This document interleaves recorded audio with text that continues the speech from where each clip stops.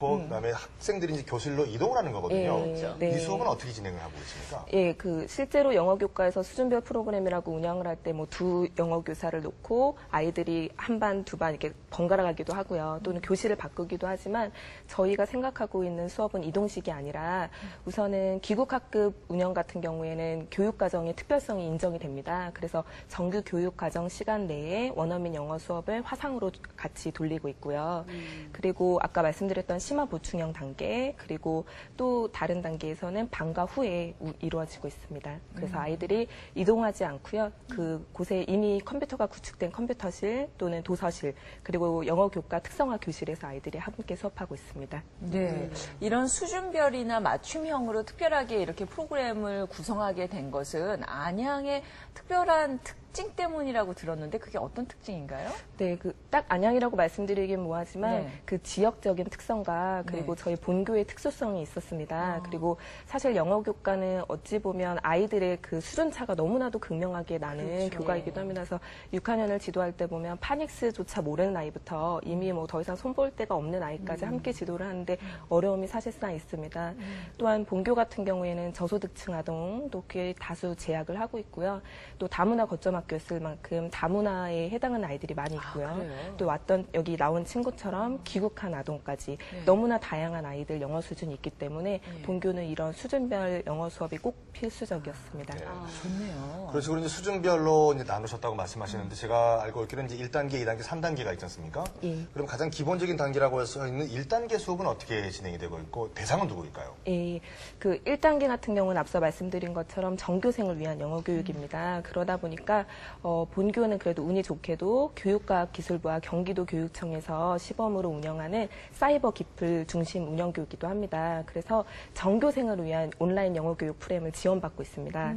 아이들이 가정에서 그리고 본인이 편한 시간, 편한 장소 어디서나 접속을 해서 편하게 정규 교육 과정에 대한 학습을 하고 있습니다. 그리고 이 내용은 교육과학기술부에서 궁극적으로 추구하는 뭐 국가 공인 인증 시험, 뭐 니트라든지 아니면 초등학교의 궁극적인 목적인 의사소통 능력 신장에 목표를 두고 있고 그렇게 운영이 되고 있습니다. 저는 그 2단계가 굉장히 알고 싶은데 아까 말씀하시기로 다문화 가정의 자녀라든지 아니면은 어떤 그 보충이 필요한 학생들을 위해서 심화 보충한다고 하셨잖아요. 근데 교육 내용도 좀 잘 나와야 될 것 같아요. 다문화 가정 같은 경우는 한국말도 그렇게 그렇죠. 잘하지 못할 것 같거든요.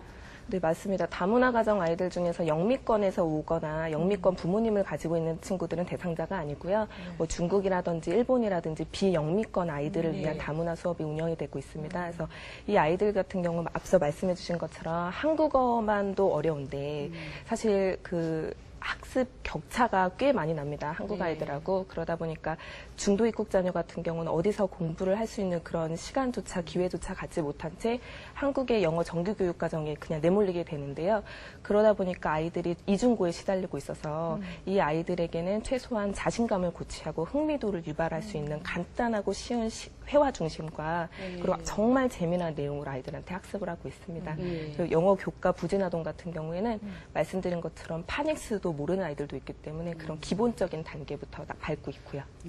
저희 주위에도 다문화 가정 자녀들이 있는데 보면은 이렇게 숙제를 많이 내줘서 보통 학원 같은 데서는 숙제를 엄청 많이 내주잖아요. 그래서 집에서 해와라. 근데 그 친구들 같은 경우는 집에서 숙제를 잘 봐주질 못하기 때문에 보통 교육 방법으로는 잘 안 되더라고요. 특별히 그렇게 애쓰시는 거죠. 이 본교는 다문화 아이들을 항상 끌어안으려고 노력을 하고요. 귀국학급에 5명에서 6명 정도 아이 다문화 가정 아이도 실제로 같이 저랑 공부하고 있습니다. 그러니까 심화 보충형 수업으로서 어느 정도 이렇게 평준화를 시키는 교육과 함께 그러다 보면 또 외국에서 또 그 영어를 사용하다가 오는 아이들 같은 경우 그게 쉽잖아요.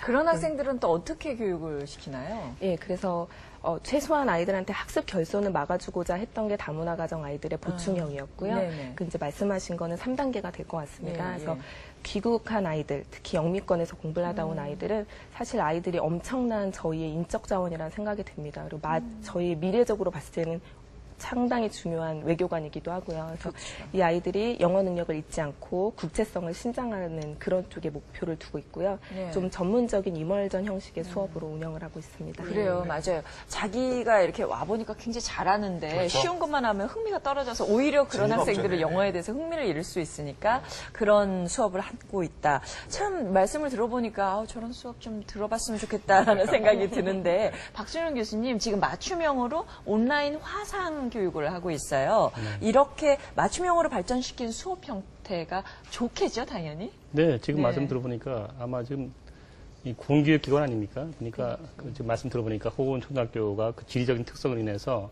다양한 어떤 그 유형의 학생들이 있는 것 같아요.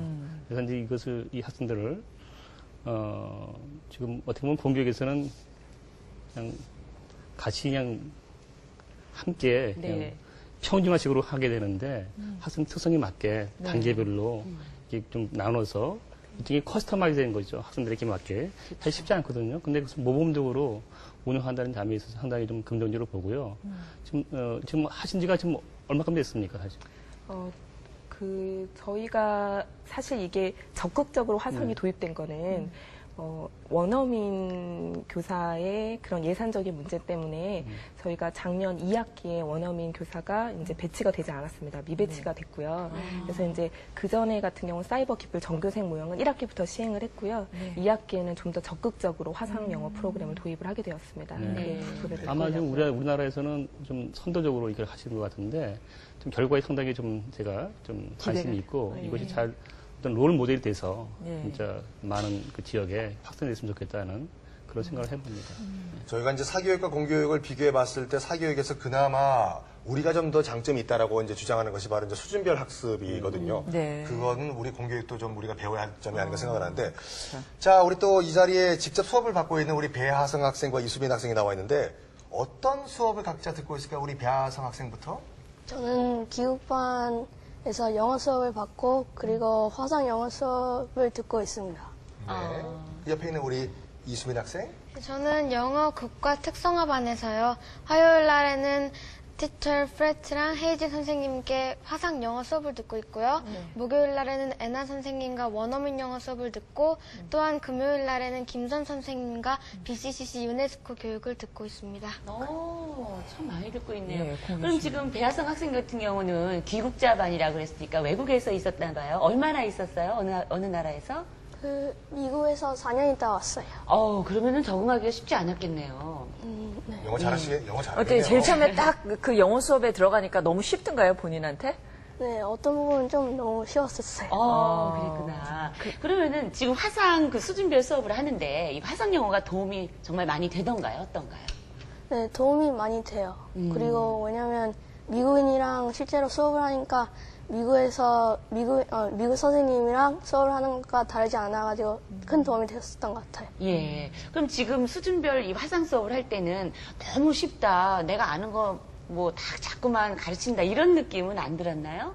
그런 느낌은 많이 안 들을 거예요. 그냥 제가 미국에서 배운 내용을 복습한다는 느낌이 들었었던 것 같아요. 배운 것을 복습한다. 그렇군요. 우리 수민 양 같은 경우 화상 영어 수업을 하면서 제일 좋은 점 새 수업을 하고 있었다 그랬죠. 그래서 원어민 선생님도 있고 우리 성킴 선생님이랑도 하고 어떤 수업이 제일 좋던가요? 저는 화상 수업에서요. 영화 대본을 가지고 그것을 읽으면서 감정을 실어서 얘기하는 방법과 또한 자연스럽게 대화하는 방법을 배우는 점이 가장 좋았어요. 감정을 실어서 영어를 얘기한다. 한번 해봐요. 예, 그 어떤 식으로 감정을 실어서. 자, 제가 미국에 있는 원어민 선생님을 생각하고 또 감정을 우리 넣어서 성킴 한번 해봐요. 선생님. 시작, ready and go. 아니 그게 나쁜 선생님이에요. 예. 그러니까 예를 들면 어떤 거가 있어요? 영화 현재는 라푼젤에 대해서 하고 있는데요. 네. 그 영화에 대한 좀 우리가 쉬어야 되는 그런 부분이랑 또 억양 이런 부분 또 이렇게 기분에 따라 네. 또 말해야 하는 톤도 다르기 때문에 그런 것도 배우고 있어요. 실제적으로 그러니까 감정 전달을 한다는 거는 액센트라든지 뭐 띄어서 얘기한다든지 뭐 이런 부분인가요? 네. 자, 그런데 그 통신 수업이다 보면은요, 일단은 화상 수업을 한다고 하더라도 갑자기 통신이 끊긴다든지 아니면 선생님이 입만 뻥긋뻥긋하고 한 2초 후에 말이 들린다든지 이런 기술적인 문제가 있을 것 같은데 어떤